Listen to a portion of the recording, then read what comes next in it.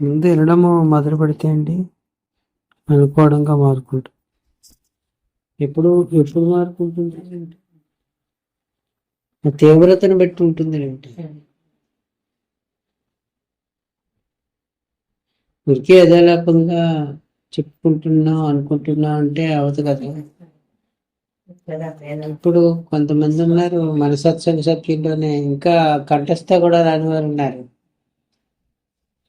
మొన్న ఒక అమ్మగారు నాతో మాట్లాడారు. వారు గ్రంథాలు చదువుతున్నారు. నా గురువు గ్రంథం ఎంత పెద్ద గ్రంథం, అంత గ్రంథం అదంతా చదివేశారు. 12 పదాలు వచ్చాయంటే రాలేదంటున్నాను. అంటే ఇంపార్టెంట్ ఇవ్వలేదని కదా. అంత గ్రంథం చదివే ఓపిక ఉన్నవారు 12 పదాలు పెద్ద పని ఉంది, పావుగంట దాని మీద దృష్టి పెడితే వచ్చేస్తుంది కదా. అంటే పెట్టలేదన్నమాట. దృష్టి మీరు పెట్టకపోతే అది మీ సొంతం అవ్వదు. మీరు దృష్టి పెడితేనే దృశ్యం ఉంది అని చెప్తున్నారు. సత్యం మీద దృష్టి పెడితే అది వినిపిస్తుంది. కంఠస్థ వచ్చింది కాబట్టి వాటి మీద దృష్టి పెట్టడం కుదురుతుంది. ఇదేంటో ముందు నాకు తెలిసిందండి. తెలిస్తే అప్పుడు నేను దృష్టి కళ్ళు మూసుకుని కూడా దృష్టి పెట్టగలుగుతాను. నేను ముందు చూడకుండా దృష్టి పెట్టడం కుదరదు కదా. దృష్టి పెడితే దృష్టి ఏర్పడింది. దృష్టి ఏర్పడిన దాని ఎందుకు దృష్టి ఉంటే అది నేనవుతాను. అది నేను ఒకటే అవుతా. అభిన్న వస్తుంది. రెండు వేరు కదా, ఒకటే రెండుగా కనిపిస్తుంది. మంచి గురుగారు చెప్పారు కదండి, ద్రష్ట ఉన్నప్పుడు దృక్కు దృశ్యం ఉండదు, దృక్కు ఉంటేనే ద్రష్ట దృశ్యం ఉండదు అన్నారండి. అవును, ఎందుకంటే మూడింటిగా ఉండేది తానే కాబట్టి ఎవరు ద్రష్టగా ఉన్నారో వారే చూచేటప్పుడు దృష్టిగా ఉన్నారు, చూడబడేటప్పుడు దృశ్యముగా ఉన్నాడు. దృశ్యం అనుకుందాం. ఇక్కడ తెగాలి. ఇక్కడ తెగిన తర్వాత మొత్తం ఇదంతా ప్రపంచంలోకి వస్తుంది. ఇది ప్రపంచమే, కానీ దీంతో అతుకుని ఉన్నాను కదా, కనెక్ట్ అయి ఉన్నాను. అది ప్రపంచంలో భాగమైన ఆ ఉపాధి వల్ల నాకు ఇబ్బంది పెద్దది లేదు. మీకు తుమ్ములో దగ్గులో నీరసం వస్తుంది అనుకో, నేను ఇబ్బంది పడను, అంత లేదు ఎఫెక్ట్. కానీ ఇక్కడ వస్తే ఇబ్బంది పడుతున్నాను కదా. కాబట్టి తెంపు అనేది అక్కడ కాదు, ఇక్కడి నుంచి ఎక్కడ జరగాలి. ఇక్కడ జరిగితే దీనికి ఎడము అనేది తన అనుభవానికి అందితే మొత్తానికి ఎడమ అనేది అవుతుంది, అనుభవానికి వస్తుంది. ఇక్కడ అనుభవం ఉండాలి. ఒకవేళ వ్యక్తిగా తాను మినాయించుకుని, తనను ఉపాధిగా మినాయించుకుని మొత్తం అన్నింటినీ ఎడంగా చూసి ఈడి మిగిలిపోతున్నాయి. అసంతోషి పట్టేయనుకునే నేను ఉండడానికి కారణమైన నేను ఒకటి. పట్టయ్యనే నేను ఉండడానికి కారణమైన నేను అసలు నేనంటే అసలు నేను కాదు, కానీ దాని యొక్క అతిశయ శక్తి అది ఇంకా అసలు లెక్కకు రాదు. అది ఉంటే ఇది ఉంది, ఇది ఉంటే మిగతాది ఉంది. అది ఉంటే ఇది ఉందంటే పట్టయ్యనే నేను ఉంది, పట్టయ్యనే నేను ఉంటే ఇంక ఈ నేలన్నీ వచ్చేస్తున్నాను. ఈ నేను వచ్చిన తర్వాత వచ్చి నేను అనే నేను. మీరుగా ఉన్న మీరు వచ్చిన తర్వాత వచ్చిన వారే కదా వీళ్ళందరూ. మీరు వ్యక్తిగా వస్తే వీళ్ళందరూ వస్తారా? మీరు వ్యక్తిగా రాలేదనుకోండి, అందరూ మీ ఎదుర్కొంటూ వచ్చి కూర్చుని ఉంటారు, మీరు వ్యక్తి దగ్గర లేరు. మీరు ఎక్కడో మీరుగా మీ స్వరూపంగా మీరున్నారు, మీరు వ్యక్తిలోకి రాలేదు. దృష్టిలో భాగంగా అందరికీ మీరు వ్యక్తిగా కనిపిస్తున్నారు, కానీ మీ స్వానుభవంలో మీరు వ్యక్తిగా లేరు. మీ స్వానుభవంలో మీరు వ్యక్తిగా లేనప్పుడు మీరు వ్యక్తిగా ఉన్నవారు లెక్కకు రారు.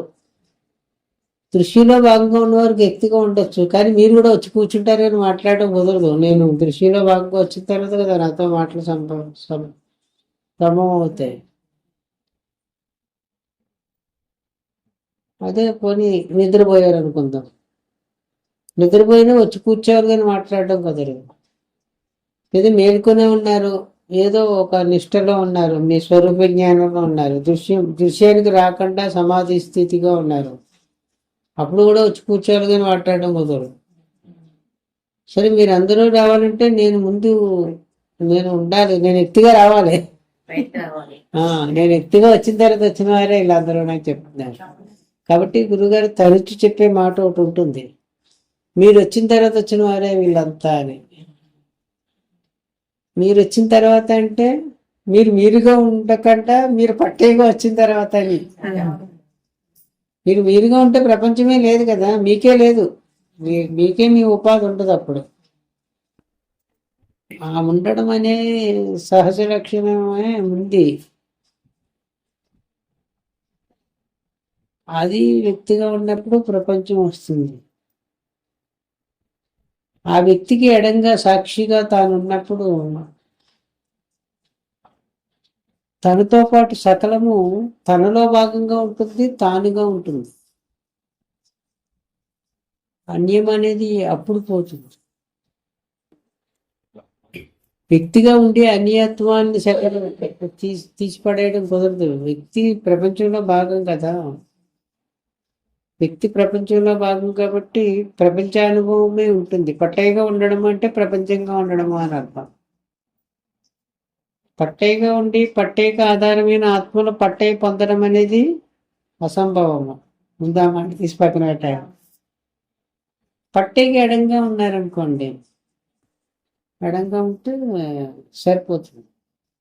పట్టయ్య ప్రపంచం అవుతుంది, పట్టయ్యని తెలుసుకునేవారు తానవుతాడు. ఈ వైపు నుంచి చూసుకుంటే మీరు మీ ఉపాధి కడంగా మీరు ఉంటే మీచే చూడబడేవారు లెక్కకు వస్తారు, చూసేవారు అర్థమని. అందులో భాగంగా మీరు ఉంటూ వాళ్ళతో మాట్లాడుతూ వారితో సంభాషిస్తూ కూడా ఎడంగా ఉంటారు. ఇట్లా చెప్తున్నప్పటికీ మనకి ఇంకా అర్థం అవడం కోసం మరొక సందర్భంలో ఇంకొక మాట చెప్పారు గురుగారు. ఇప్పుడు 1, 2, 3, 4, 5, 6 పట్టేతో కలిపి లెక్కేసుకుంటే 1, 2, 3, 4, 5, 6 అని చెప్పాడు కదా. చెప్పేవారు ఎవరో ఒక 2 ఉండాలి వెనకాల. ఆ వెనకాల ఉన్నది నా అసలు పట్టయ్య అనేది దృశ్యంలో భాగం. కాబట్టి ఒక సూత్రం చెప్పారు గురుగారు. మీ ఒక రూమ్ లో ఉన్నప్పుడు మీరు రూమ్లో ఎంతమంది ఉన్నారని లెక్క వేసుకునేటప్పుడు 4, 5 మీతో కలిపి 6 అని మీరు లెక్క వేసేటప్పుడు లెక్కకు వచ్చింది కదా. దీంతో కలిపి లెక్క వేసుకుంటే 6 లెక్కకు వచ్చారు. లెక్కించేవారుగా ఉండండి, ఇది లెక్క పెట్టబడేవారుగా ఉండద్దు అన్నారు. లెక్కించేవాడు ఎప్పుడు ఎడంగానే ఉంటాడుగా. 1 లెక్క పట్టదండి, 2 లెక్క పడుతుంది, 3 లెక్క పడుతుంది. ఇవన్నీ లెక్క పడుతున్న వాళ్ళైతే 1, 2, 3, 4, 5, 6 ఇది కూడా లెక్క పెట్టబడుతుంది కదా. లెక్క పెట్టబడేవాడిగా ఉండొద్దు, లెక్కించేవాడిగా ఉండమన్నారండి. లెక్కించేవాడు 1, 2, 3, 4, 5, 6 లెక్క పెట్టబడ్డాయి కదా ఇవి.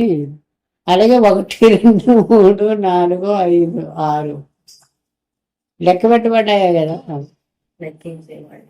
కాబట్టి మీరు లెక్క పెట్టబడేవాడిగా ఉన్నప్పుడు దృశ్యంలో భాగం అవుతున్నారు, లెక్కించేవారిగా ఉన్నప్పుడు దృశ్యానికి ఎడంగా ఉన్న సాక్షి అవుతున్నారు.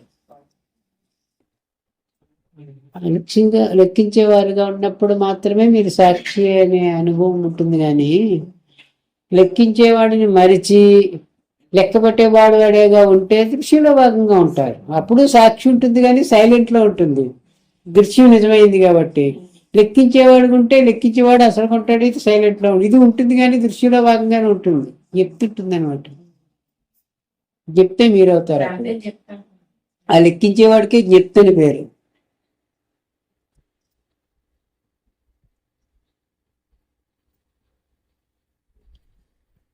అలాగే ఎడంగా ఉండమని చెప్పారు.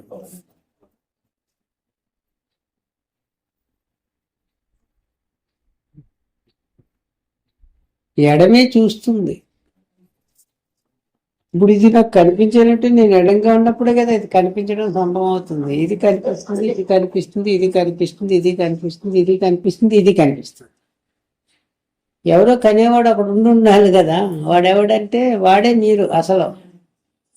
మరి వీడెవరంటే వీడు కూడా మీరే. వీడు కూడా మరి వీడు మాత్రమే మీరంటే మీ అసలు మరి ఎందుకంటే ఇది మాత్రమే నేను అనుకుంటాం వల్ల వీడు మీరే అని వీడిని వీడిగానే మీరు గుర్తిస్తే మీకున్న నామరూపాలు ఇది కూడా ఒకటి అవుతుంది. అన్ని నామరూపములు తనవే, అన్ని నామరూపములు నావే, ఇది కూడా ఒకటే అని ఉండుట జ్ఞానం అంటే. ఇది మాత్రమే నేను అంటే అజ్ఞానం అంటే, ఇది కూడా నేనంటే జ్ఞానం అనమాట. అన్ని నామరూపములు నావే, ఇది కూడా నాదే. ఈ నామరూపం కూడా నీ, అన్ని నామరూపములు నావే అనేది ఈ నామరూపము కూడా నాదే అన్నప్పుడు అన్ని నామరూపములు నావే అన్నా అనుకున్న అన్ని నామరూపములు తనదే అవుతుంది. ఈ నామరూపములు తనదిగా చూసుకుంటే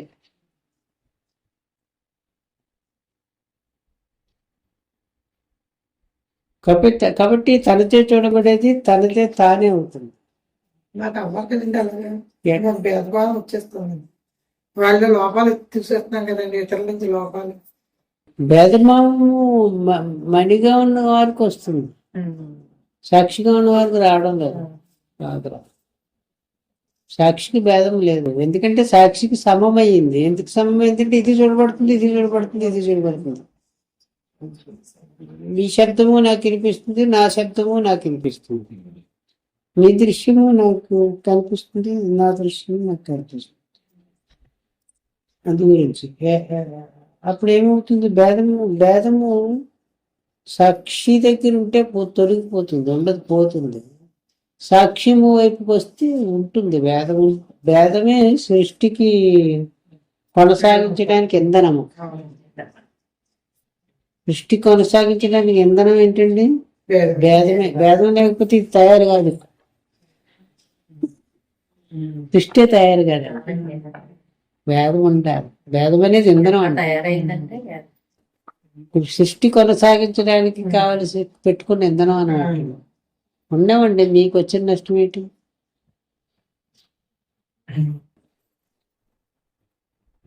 అది మనకి సంబంధించిన వదిలేకుంటున్నారు అంతే కదా. ప్రపంచానికి మన అంటే ప్రపంచమే కదా, ప్రపంచానికి సంబంధించింది. మీరు మీ ప్రపంచం అండి. మన ఒక్కరి వారు కదా కదండి, సృష్టి అంతా తానే కదా. ప్రపంచం అంటే సృష్టి అని కదండి. మీరు మీ ప్రపంచము, మీరు డాష్, నేను. మీరంటే ఎదురుకుంటూ అన్నప్పుడు మీరని సంబోధిస్తున్నారు. మీరంటే మిమ్మల్ని మీరని సంపాదించుకోరు కదా, నేననే సంపాదించుకుంటారు కదా. నేనే ఎదుర్కొంటా అన్నప్పుడు మీరని సంపాదిస్తాను అన్నమాట. కాబట్టి నేను డాష్, మణి రాయడమే ప్రపంచం రాయడం రెండో ఒకటే.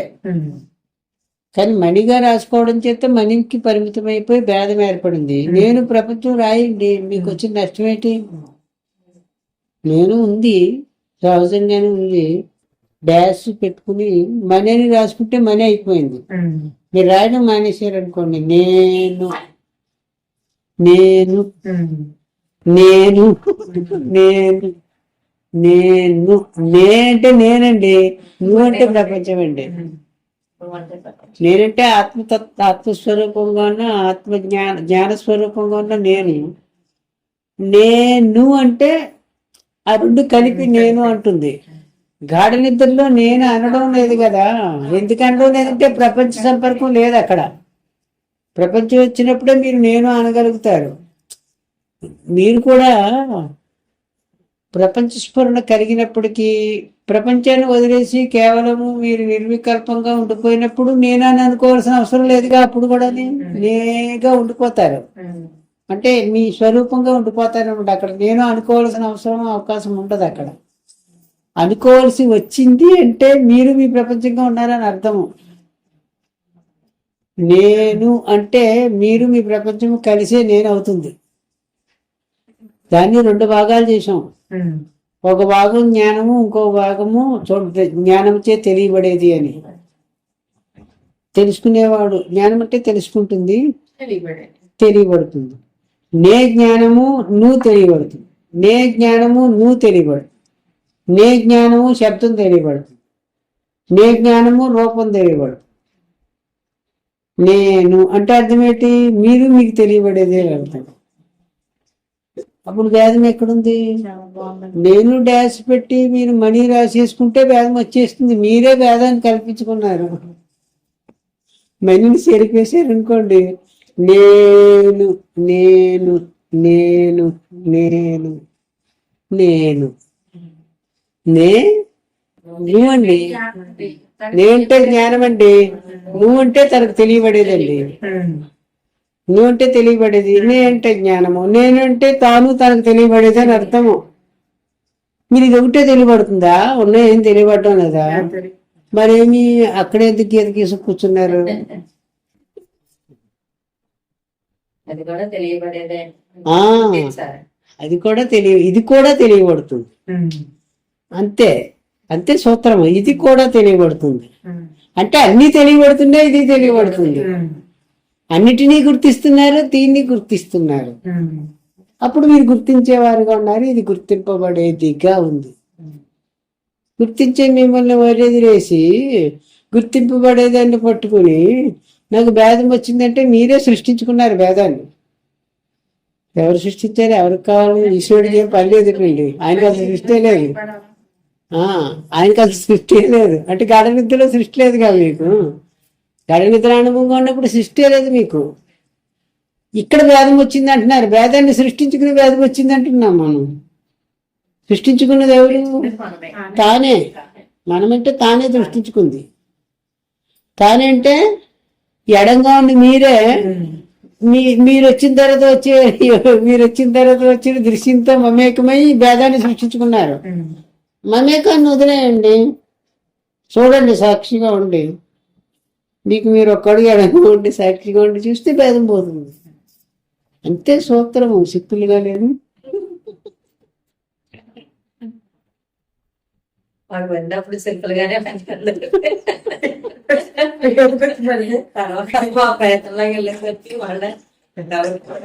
విన్నప్పుడంటే దృశ్యంలో భాగమవుతున్నామనే దాని అర్థం కూడా. విన్నప్పుడు కొంచెం మీరు ద్రష్ట స్థానంలో వింటున్నారు. ద్రష్ట స్థానంలో వింటున్నారు కాబట్టి సరిపోయింది. మళ్ళీ దృశ్య స్థానంలోకి వస్తున్నారు కాబట్టి అనుభవం ఉండడం లేదు. అనుభవం దృశ్యానికి ఉండదనే చెప్పుకుంటున్నాం. ఇప్పుడు కూడా మనం దృశ్యానికి ఉంటుందని చెప్పుకుంటే అదేంటండి మీరు ఎలా చెప్పారు, ఇలా వద్దని చెప్పారు. అసలు వీలు పడదని కూడా చెప్తున్నాం స్పష్టంగా. దృశ్యానికి వీలు పడదు.